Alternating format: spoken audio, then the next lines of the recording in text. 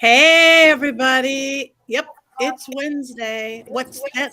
It is the day for the Witches Movie Coven. Grab your goat, grab a drink, grab your wand, because it's witches talking about witches in movies. I'm Patti Negri, one of your hosts, and he just popped right in. We have Jason Mankey, we have Richard-Lael Lillard, we have Courtney Buckley, and special guest, one of everybody's favorite, we have Chad Hatter right here. We send our love to Heather. She doesn't have any Wi-Fi, so she doesn't exist. But she'll be back next week. Uh, this week we are talking about the Chronicles of Narnia, The Lion, the Witch, and the Wardrobe. But why don't we do a little catch up on everything of what's going on? Why don't we first welcome Chad? We haven't seen you in a while. What's going on with you, Chad? Thank you so much. Thank you for having me. Everything is great. The summer is blazing hot. I'm doing my absolute best to stay indoors and near air conditioning and only go out at night. And everything is great in my neck of the woods. I've got lots of work. I'm very, very busy, and at some point I hope to have a vacation. So I'm hanging in there. Yay. Well, you look marvelous. Thank you. I decided to dress down tonight. Perfect. And Richard-Lael Lillard, you look spiffy as always. Oh, What's new with you? I'm not actually dressed for the film. I have this, I was in my closet. It's this turn of the century, 1890s, maybe to 1910. It's a morning, what is that? Stole. Stole. Yes, it's a morning stole with ostrich. And I just wore it. I thought, why not? I'm not in mourning. I mean, no, I'm not going to talk about that yet. We'll talk about the film once we get there. But yeah, I'm okay. Everything is all right. Doing well. Nothing really too exciting. It's the weekend coming up, and it's the 4th of July celebrations, and I don't have anything planned. So maybe I'll stay home and make some potions. Oh, perfect. Sounds lovely. I'm supposed to eat barbecue and no, I don't. All right, Courtney, you look amazing as always. Thank you. I appreciate it. So I'm a bad witch this week, and I did not do my homework. So I thought if I showed up as if it was last week, still in my midsummer gear, with my new Mystery Control midsummer shirt. I don't know if you guys can see this though. Look at how awesome this is in the back. You see the flower crown? I don't know if you can see it. Then at least you guys would excuse me and still let me join the party. So here I am. You are the party, Courtney. You're always welcome. And Jason flying in with dark glasses last minute. I am sorry for my almost tardiness. Living in the Bay Area, sometimes your friends get free passes to things in the tech industry. And I was at our local amusement park place, and I just ran inside, still have my sunglasses on. So I'm like kicking it, chilling out, summertime Jason, I guess. I don't know. And your hair looks great. I've been riding roller coasters for 2 hours. So my hair is a complete knotted disaster. And I'm really sorry for like the people who are fans of my hair.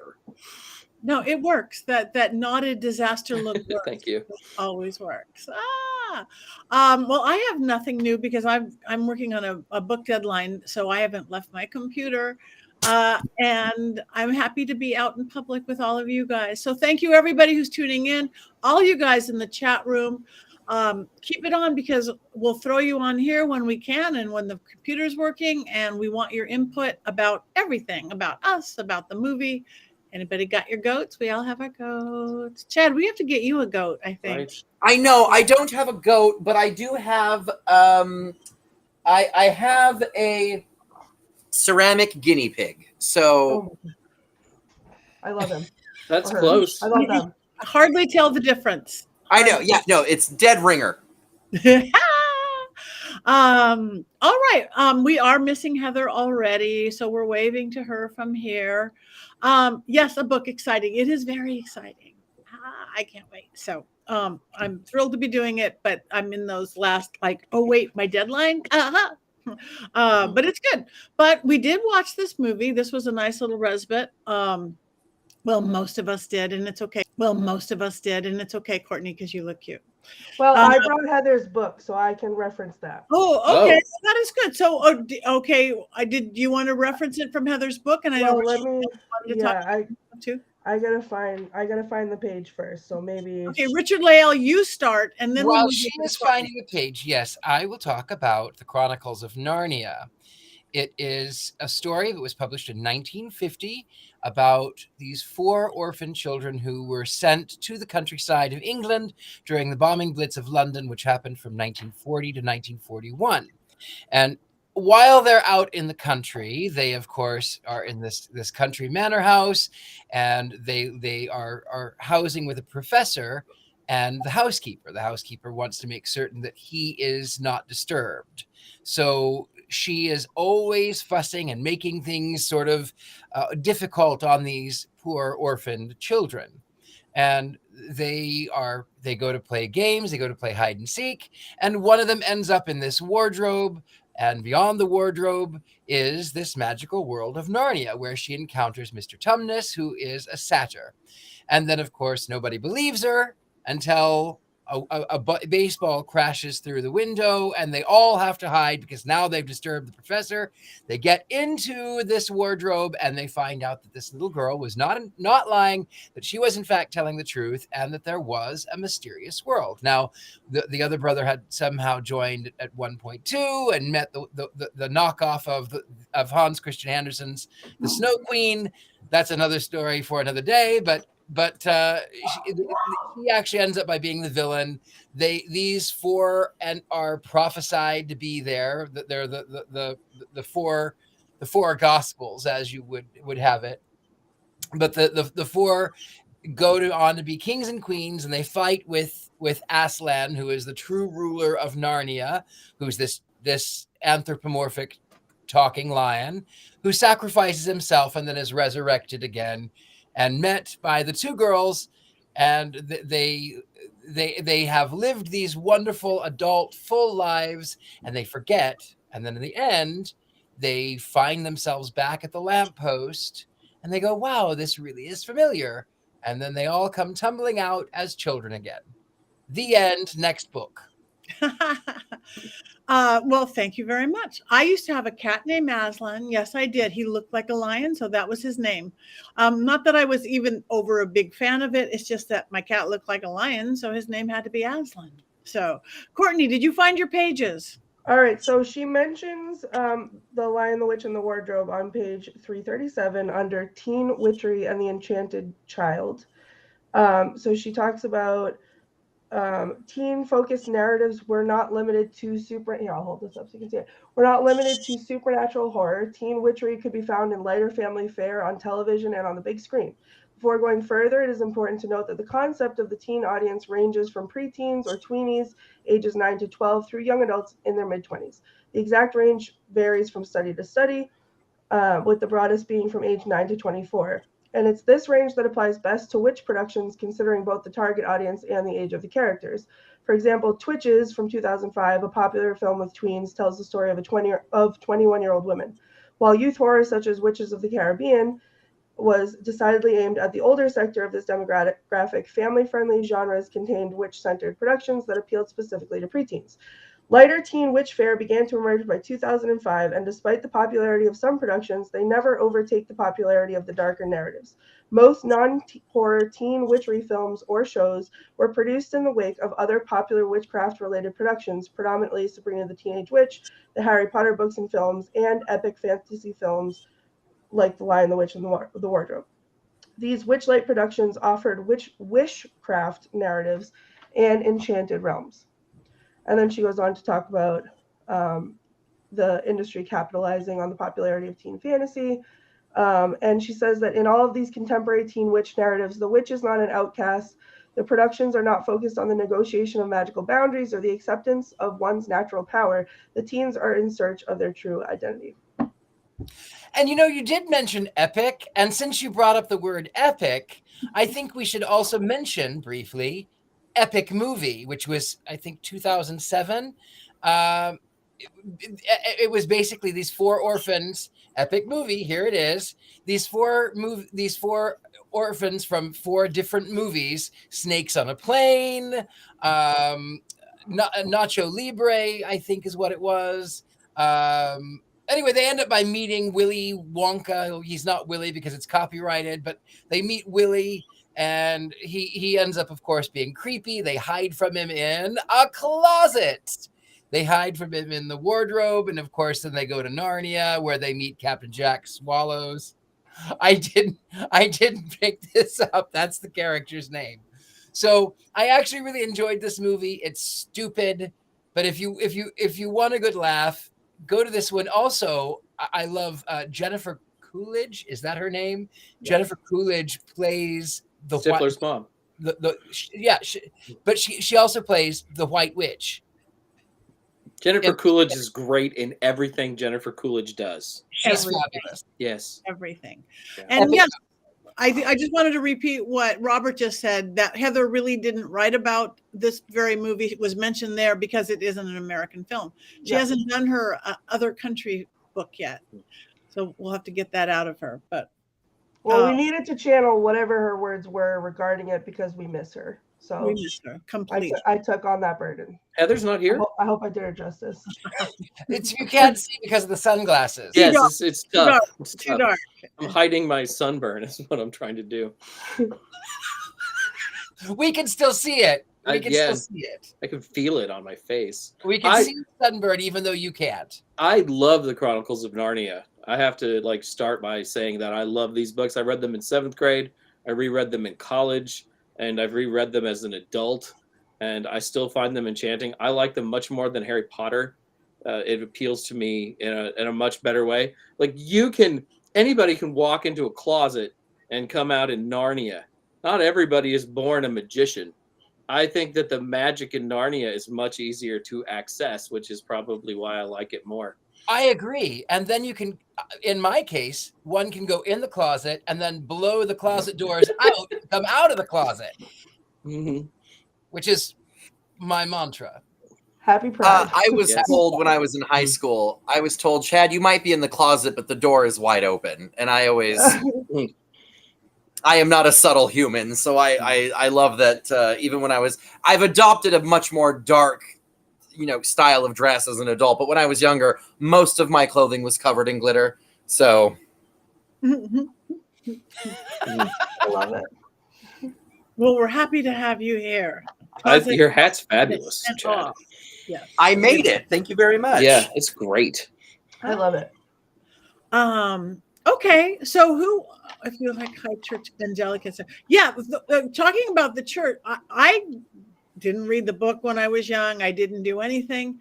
And the first time I saw a play about it, it was a church production, one of those big evangelical churches. They practically didn't even call Aslan. It was Jesus. This is Jesus. And I was like, it was, so I just saw it as this big, weirdly dressed Christian story. And, and that's the same thing. I watched the first film in 1988. I hadn't read the books. It was just not something that really appealed to me. But I watched the first film in 1988 when it came out. I think it came out and then it went to VHS. So it must have been like 89. Anyway, I was a kid. And I was watching with my sister we were at this evangelist home in Tennessee. And my mother says, "Oh, what are you watching?" And we said The Lion, the Witch, and the Wardrobe. But I said, "It's a very Christian film. It's very Christian." And my sister said, "No, it's not." And I went, "It's not?" But he dies and comes back to life. And and then he's met by 2 girls, which is the 2 women at the tomb. Is that not? It's not the story of Jesus? No, it's not the story of Jesus. It's not the story of Jesus. First of all, it's a lion. All right. It's not Jesus. Secondly, Jesus dies for everyone's sins. Aslan dies for Edmund's mistake. Only Edmund's mistake. He's not dying for all of Narnia. C.S. Lewis said he did not write it as a Christian allegory. Certainly, you can see that in there. But there's also all these pagan elements throughout the Chronicles of Narnia. Absolutely. Dionysus is a major player in Prince Caspian. And then you're watching The Lion, the Witch, and the Wardrobe, full of talking animals. not necessarily completely And pagan, but a faun, the right? The satyr, yep. satyr. The satyr at the very beginning, Mr. Tumnus. I mean, it doesn't get much more pagan than something that looks like Pan. And not only what I did love about that, I didn't mean to interrupt you, Jason, but what I loved about that was that it's so easy for people who are Christian to paint something that looks like Pan, a satyr, a faun as the devil, and he didn't. So I will. Oh, this is speaking of painting as the devil. This is in my tarot card my tarot decks that I'm working on, and this is my hermit card. This is so I actually based it on Mr. Tumnus, even though I'm going to spoil. I'm not a huge fan of the books, but I really loved Mr. Tumnus. That was one of the first things that let me know that I could come out of the closet when he came out in 1988, and he was all in the cold and he had just that scarf around his neck and he was covered in fur. I went, yes, please. I just have to point out that the portrayal of Mr. Tumnus in this film is particularly well done. And I don't mean like the CG. I just mean he looks like he would taste delicious. The whole sequence with him with the music and him, lulling her to sleep, it's so unsettling. And it's just the right amount of unsettling. And then you've got that moment in the fireplace where the vision of Aslan appears in the fire and is like, knock it off. And it's so well done. And him, I have to piggyback what Richard-Lael said about, he's wearing nothing but a scarf ultimately. I love the image of him with all of his daily shopping, his packages tied up in paper, with his umbrella from the, to hide from the snow. It's so British. It's so English. And it's like so countryside English. And it's delightful. It's so delightful. It is beautiful. I must say that I enjoyed, again, it's one of those visuals that I enjoyed, and I got to see it on not my phone, not a doll, and not my phone movie watching. But again, the first time I saw it, it wasn't the movie, it was a play, and it was done by Evangelical Church. I went with my friend because she said, just come see a play with me. But they did ask everybody if they wanted to accept Jesus as their savior at the end of the play. It was that. It was like, okay. Aslan, maybe. Jesus, not so much my thing, like, give me options here. That would be much better. They didn't have options. So Yeah. when I saw the movie, I'm like, oh, this is just a good movie, not proselytizing, whatever. But they said C.S. Lewis wrote it as that. I'm just saying. And it is thought, actually, in my research, it was basically because Jason had posted something about was C.S. Lewis, was it just Christian propaganda, or was he a secret pagan? And then I thought, I actually never thought of that, Jason. Thank you so much for that.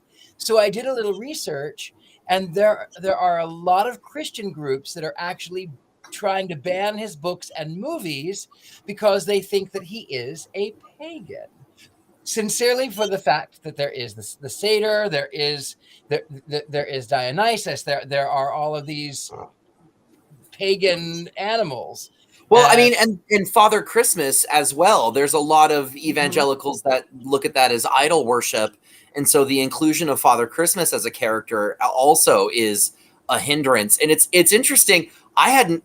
Jason, I love this theory because it does feel like Christian ideology wrapped up in, magical, whimsical stuff. But the reverse also is true. It could be pagan ideology wrapped up inside of a Christian narrative. That's delicious. I love that.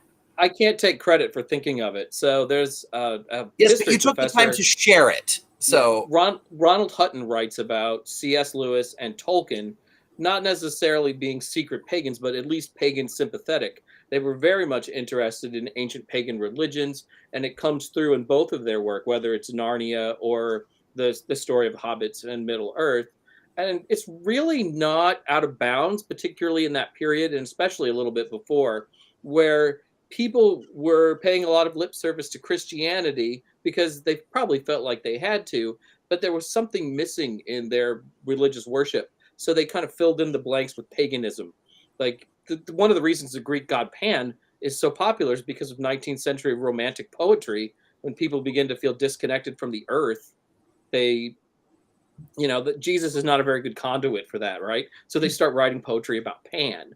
And they would have never said that I'm a pagan and I worship Pan, but the sentiment to me always felt like worship. And I think, I'm not saying that the sentiment in The Lion, the Witch, and the Wardrobe necessarily feels like worship, but he's extremely sympathetic, I think, to ancient pagan ideals and to like magical ideas. I mean, there's certainly some Christian stuff in there. The Voyage of the Dawn Treader, I think, is pretty Christian, more so maybe than The Lion, the Witch, and the Wardrobe. But it's always balanced out by this other sort of magical pagan world that a lot of us feel comfortable in. But can we also take a brief moment to go back to the fact that he completely ripped off Hans Christian Andersen and the Snow Queen? Yes. I have to disagree. Because the Snow Queen's not necessarily a villain. It's kind of ambiguous as to like her intentions and what exactly she's doing, because the kid gets the mirror shard in him and she takes him to the north, and then Gerda goes on that journey to find him, and blah blah blah blah blah blah blah blah blah. I think the idea of winter being personified as a frigid woman.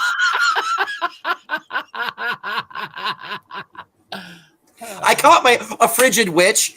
I think that is something that exists in multiple cultures, multiple ideologies, and so it's I can't say that it's a 1-to-1 ripoff. There feels like it. There's maybe not a 1-to-1, but I think they're definitely cousins.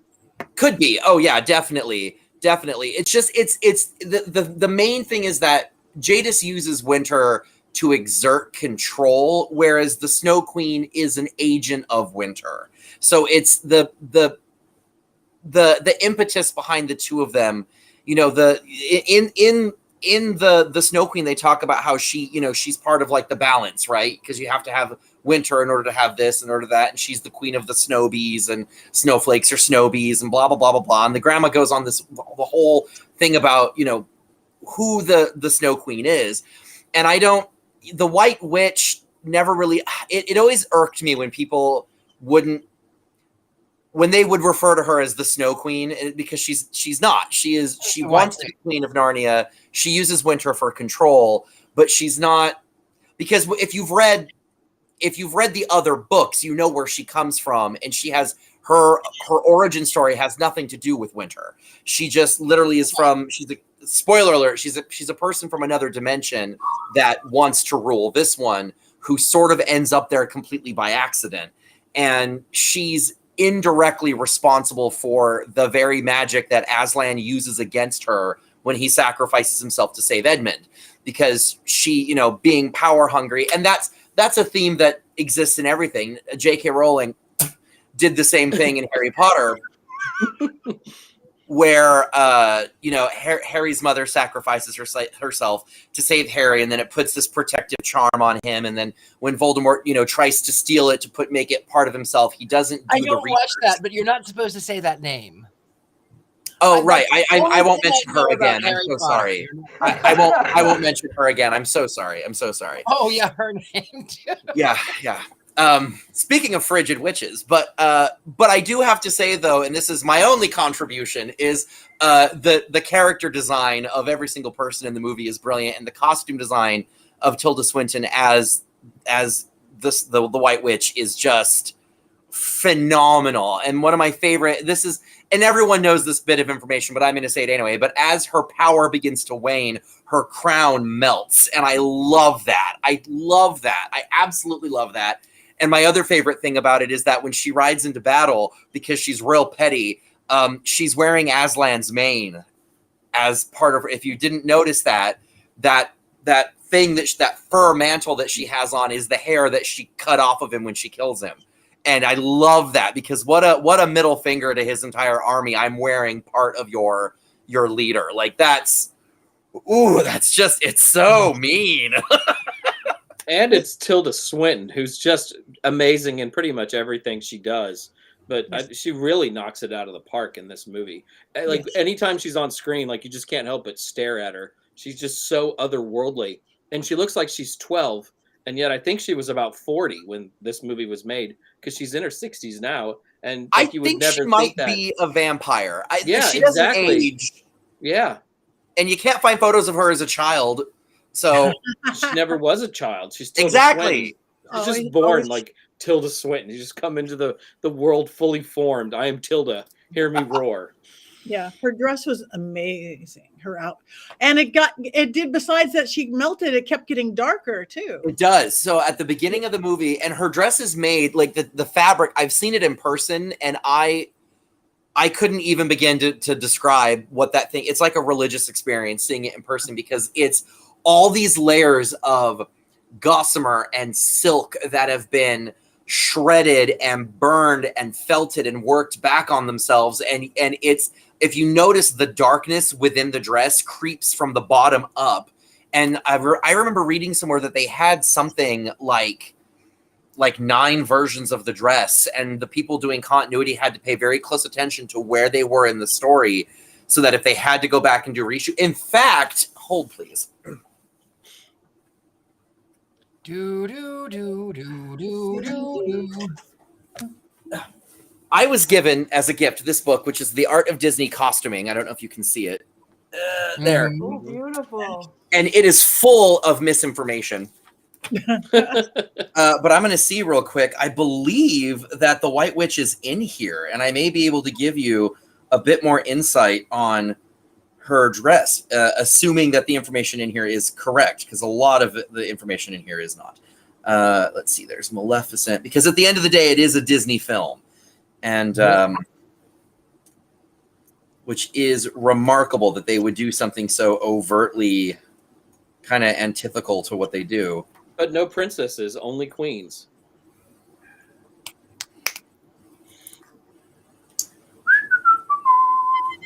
I'm sorry, you all can talk amongst yourself while I do. Chad, Rob is asking, is it in the Icons of Darkness collection? It is not. At least, and that's only because by the time this movie came along, Disney had kind of wised up about the sort of what they had and what, that people want these things. And they, so they actually created their own sort of, to say museum is not really correct, but there is a tour of costumes that Disney put out that is supposed to be heroes and villains, and her outfit is there. And the one that is on, because I've seen it in person, and the one that's on display is the version where she's got all the fur that's draped across the it's the one that she's wearing when she first meets Edmund. And it has this whole plaque that talks about the inspiration of the design, but doesn't talk about the construction of it, which I found to be very irritating, because I want to know how these things are made. But and it has, and you can't tell because the dress is melting, but the one that she's wearing when she meets Edmund has an enormous train on it that just pools in the bottom of the sleigh, or sledge as they call it in the book. I don't know if they call it that in the movie, but in the book they call it a sledge. Mention it. I don't remember them mentioning sleigh or sledgehammer or what. Sledge. Yeah. Chad, I could listen to you talk about costumes all day. I'm like sitting here, like just taking it in, like living vicariously through your excitement. You're enchanting when you talk about this.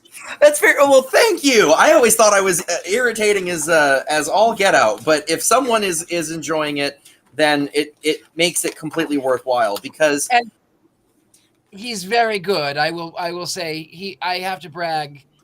I mean, not that hat is beautiful that he made, but you should see some of the other things that he's made.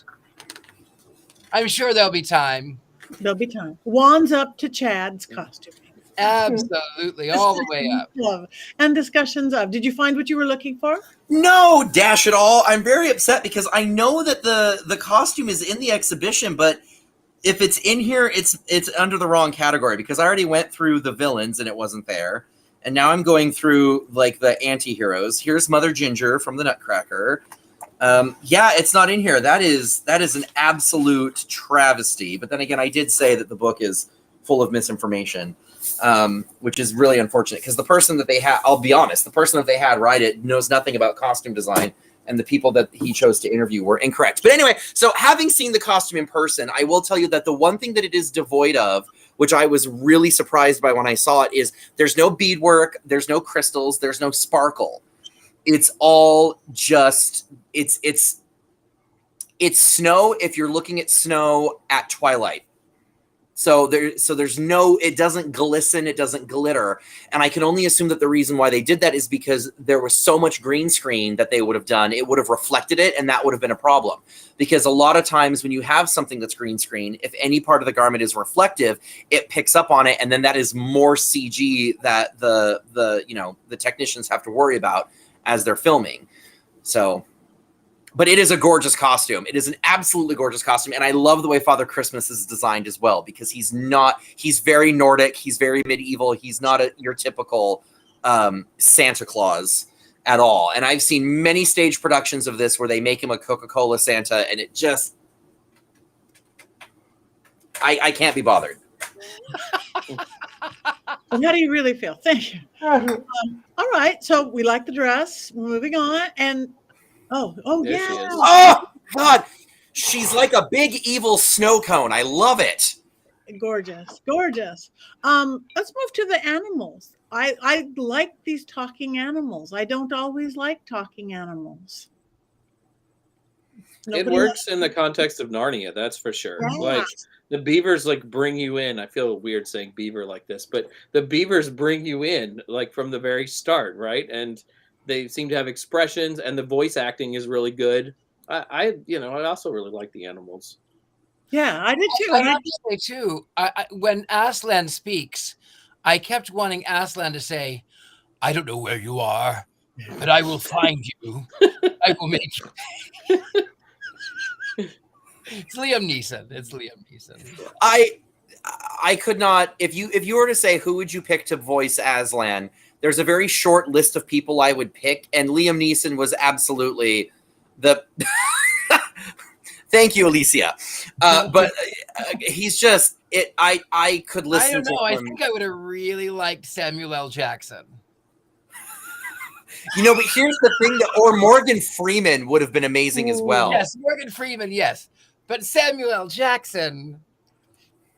Yes. Dropping some You're F-bombs doing this on purpose from because Aslan. we can't quote him. Yeah.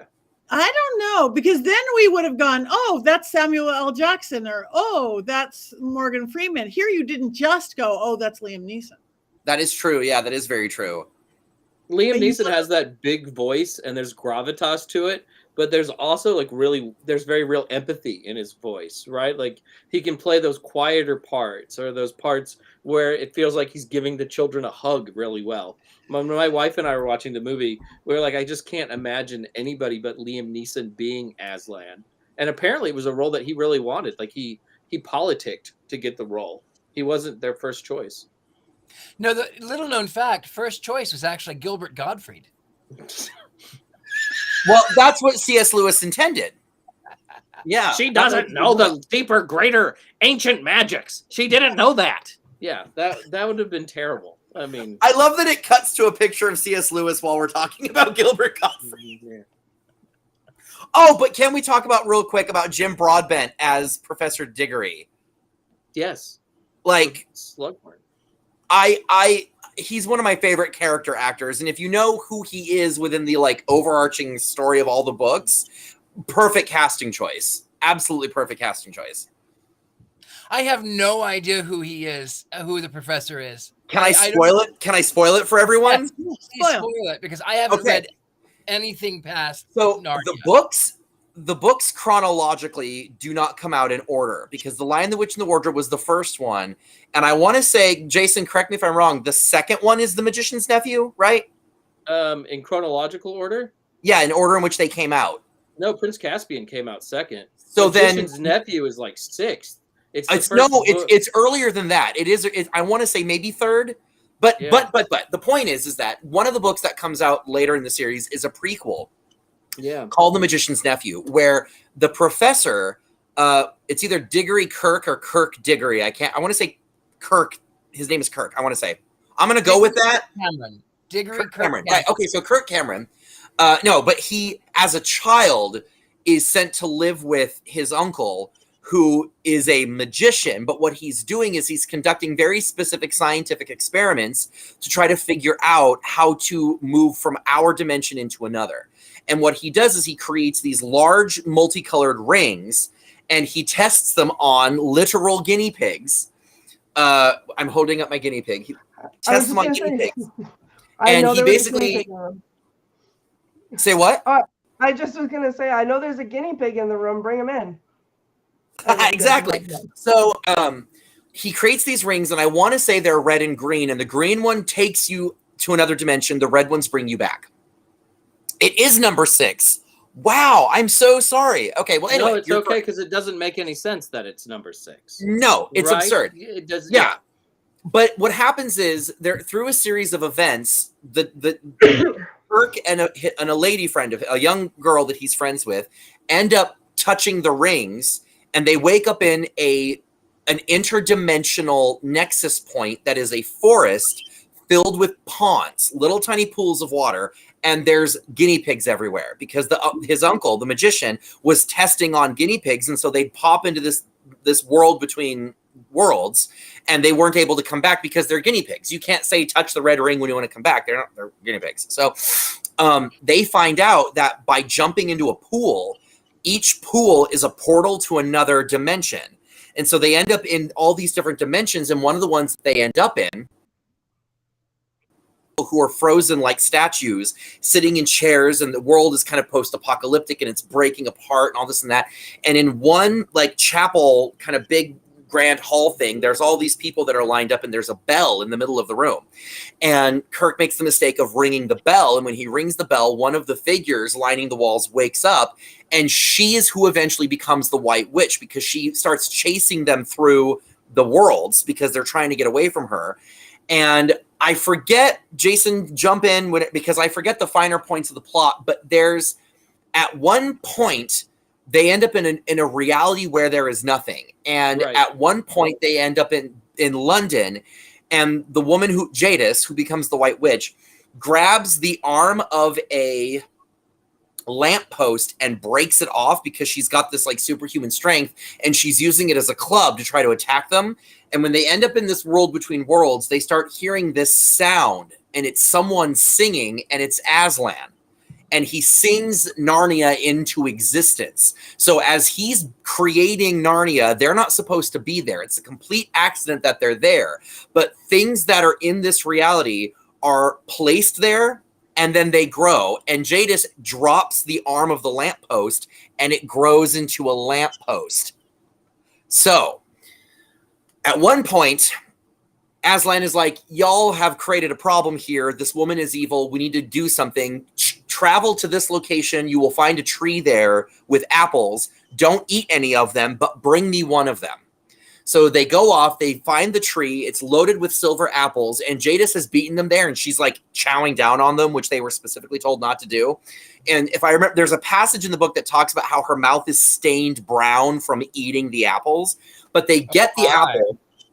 They get the apples, they bring them to Aslan, he drops one of them, it grows a new tree, and that tree creates this barrier that she cannot pass. So she's trapped in this like northernmost point of Narnia by this magical barrier that the tree creates, and they end up bringing an apple back to our reality, which Kirk plants, and it grows like very quickly into a tree, but it's not a normal apple tree, it's otherworldly and weird.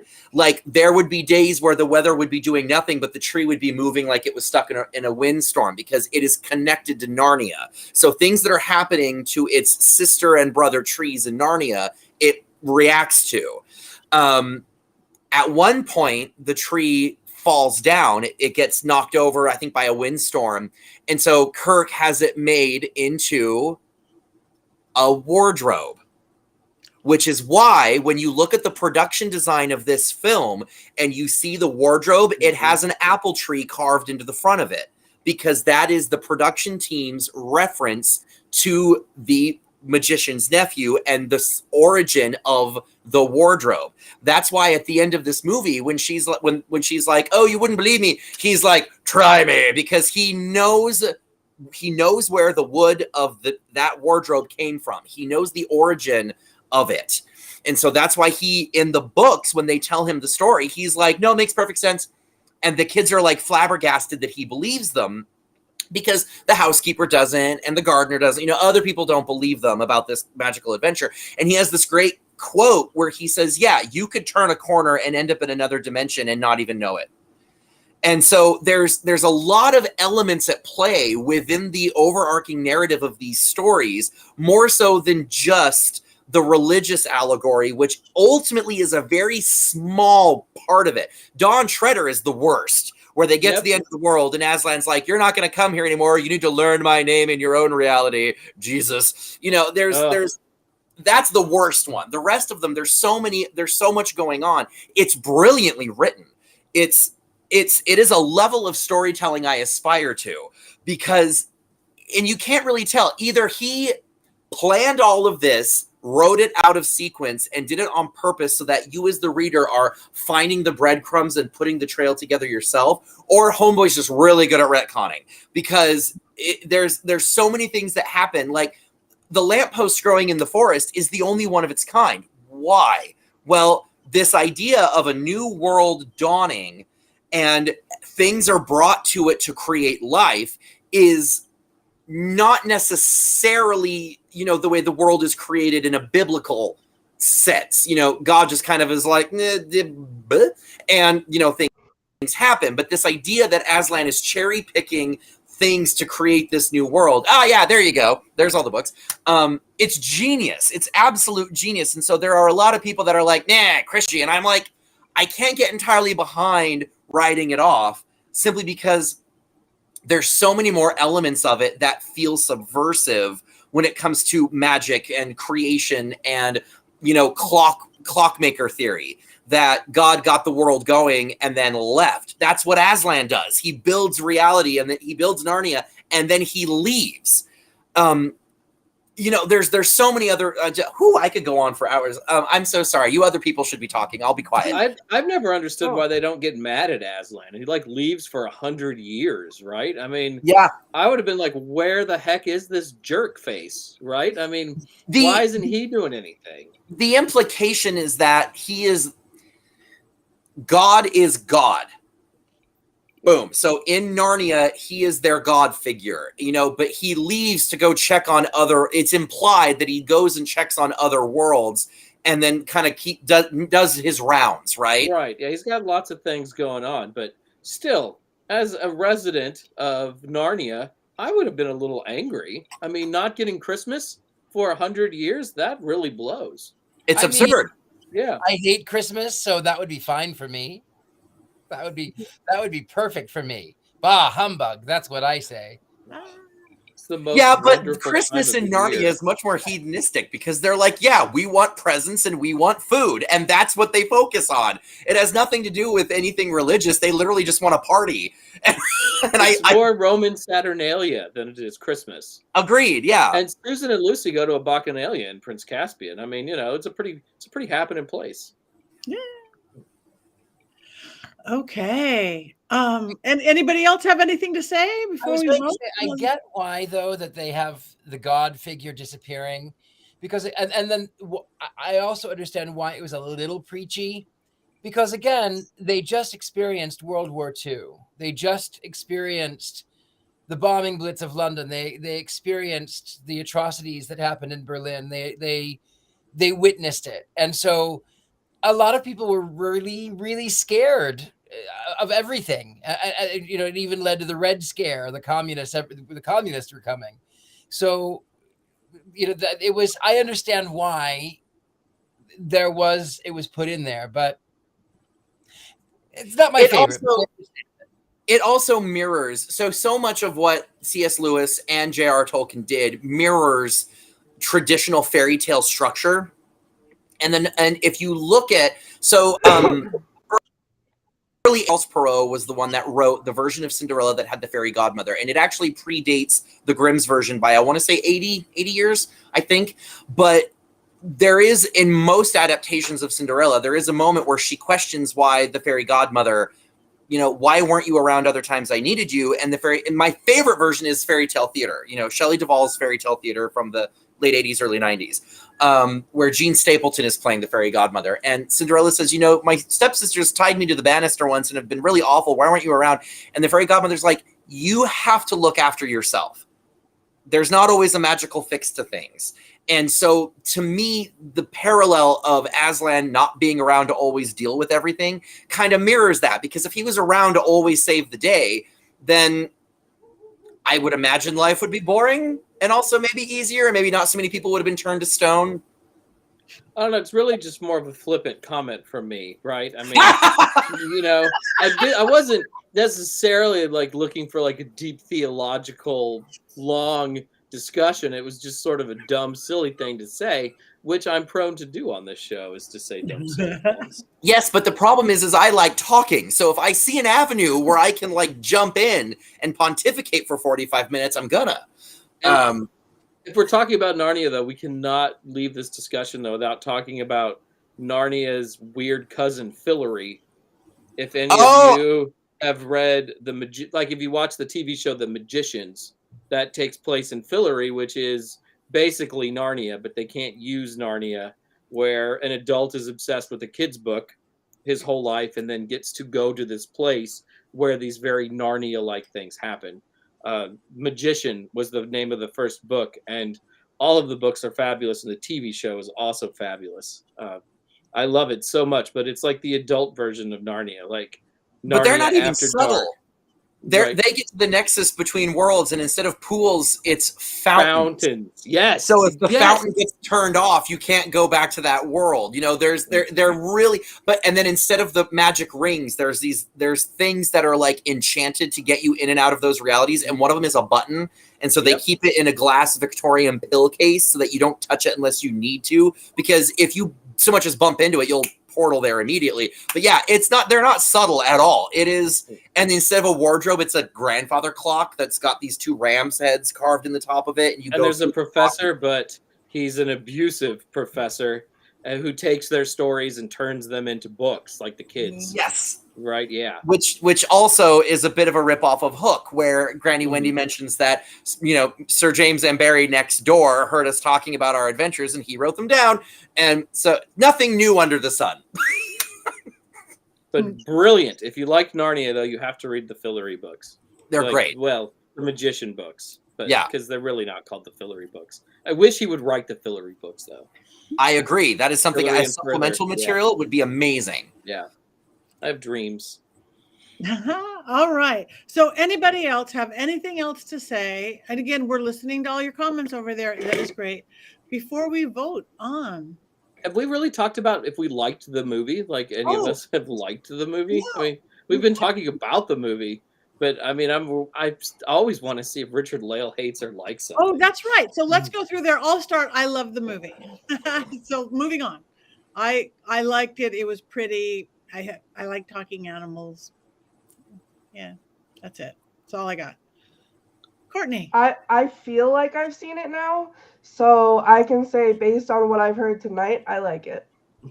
Okay, Chad. Oh, it's a good time. Yeah, if you want an adventure with beautiful, beautiful production design, the music is grand. Tilda Swinton. I could make an entire religion just around Tilda Swinton if I want. In fact, I might. I mean, look at her. Like that, just everything about it. The Celtic inspiration of her hairdo, the crown, the ice, the dress, the short sleeves. So bold for winter. Yeah, no, good time. Two enthusiastic thumbs up from me. Okay. Jason. I was surprised at how well the movie held up, having not seen it for over 10 years. I remember watching it at midnight when it came out the first time and liking it, but I think, 13, 15, almost 20 years now after it originally came out, I think it holds up really well, and I found myself really, really, really liking it. Okay. And on what we're waiting for, Richard-Lael. I didn't mind it.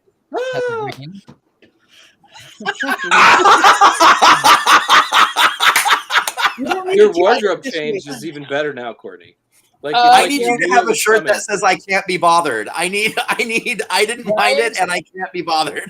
I can't be bothered. No, it was okay. it was not my favorite. I wouldn't go out of my way to watch it. It was okay. It was pretty. It was very pretty. But mind you, I kept going back to 1988 and being there with all of the evangelicals, in this, it was in Tennessee, but I couldn't help but be pulled back into that sort of time. And so it's tainted a little bit for me, but I didn't mind it. It was okay. I didn't mind it. It was okay. A lot of those t-shirts. So, all right. Well, then you've got what we have. So we're going to now vote wands up or wands down. And everybody, all you out there, Alicia, Tabitha, Bessie, Robert, wands up or wands down? Chronicles of Narnia, the Lion, the Witch, and the Wardrobe. Courtney doesn't count today because she didn't see the movie. Right, so we're almost unanimous. Really. We are almost unanimous. I can say by what I've heard that I would probably love it. So Yes. I'll go with this. Okay, well, we are almost unanimous. So this is, which is rare for us. It is very rare for us. So, and I tell you, I would have voted it a lot more harshly, excepting for the comments that Jason and Chadwick have said. So you made me change my vote from meh to here. It's a good film. all right. And in the chat room, we got wands up, wands up, wands up, wands up, wands up. I conquer, and definitely wands way up. So Lion, the Witch, and the Wardrobe, everybody. If we've intrigued you and you haven't watched it, check it out. Prince Caspian is good after this. Dawn Treader less so. Sadly, that was the last of the movies they made. The contract that Walden Media, who was making the movies with the C.S. Lewis estate, it expired, and they didn't make any more. They were going to make The Magician's Nephew next, and it's, I think, one of the great tragedies of films. I will say that there is a cameo of Tilda Swinton in Prince Caspian where Jadis does not show up in the book, but they added something with her that is, it's a really good scene. It is a delightful scene, and Tilda's acting in it, when you remember that she was acting in a room full of green screen without the kids there to play off of, is brilliant. Like her moment is pretty great, and it gives a nice little redemptive arc to Edmund, who is usually just the worst. So Okay, so we win on this one. Wands up. Next week, we actually have all decided in advance what we are going to watch next week. Next week, we are watching The Warlock. I don't know when it's from. Does anybody know when? 1988. 1988. Gosh, my wife is going to be excited about this one. And it's also because the star just passed away. So, we wish him a good journey into wherever he's off. But Traveler. But he was definitely a traveler. And so he, as sort of an honor to him, will play Warlock. And it's also good to have male witches, male magic once in a while. Definitely. So you guys check it out. We know it's available online, or we won't do it. So it's available. If you can't buy it, we can't. There's so many films that other ones we just are waiting on because you can't get them online yet. But you guys check out The Warlock. Anybody have anything coming up that they want to talk about? Any events? Any books? Any shows? I do. Yes. I will be in. I'll be in Youngstown, Ohio, the end of October, and in September, the 2nd of September, rather. I'll be in Atlanta for the Debauchery Ball. So there's that. And you can find me, of course, on anywhere the Gentleman Psychic is sold. So you can find me all over the webs that way. I'm really easy to find. Oh, yes, I want to talk about this. You can go on to mysterycontrol.com. You can sleep with me. Thousands of people have. So now you can sleep with me in other ways. And then you can find me also at University Magicus, where I will be teaching real life magic. Perfect. And yes, I ordered. Oh, I'm sorry. I was just going to say I ordered my Richard-Lael pillow, and it is on the way. And here's a secret just for you guys. Anything on Mystery Control, which you can get, which is Movie Coven. You can get Scared and Alone. You can get Richard-Lael's whole series. You can get my Spellcaster series. You can get my Patty's Power Panties. And if you use the code Patty, you can get 25% off. We're practically giving it to you.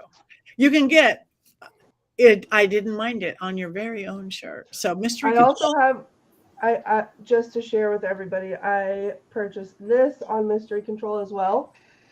This is a Scared and Alone shirt. It's in the Scared and Alone collection. It's from our episode that we did at the Villisca Axe Murder House. And this is the beautiful painting that Richard-Lael made during the episode. Yep. And that's my next tattoo, is that red X that Richard-Lael made. Thank you. And while you're there, do you have anything coming up you want to talk about, Courtney?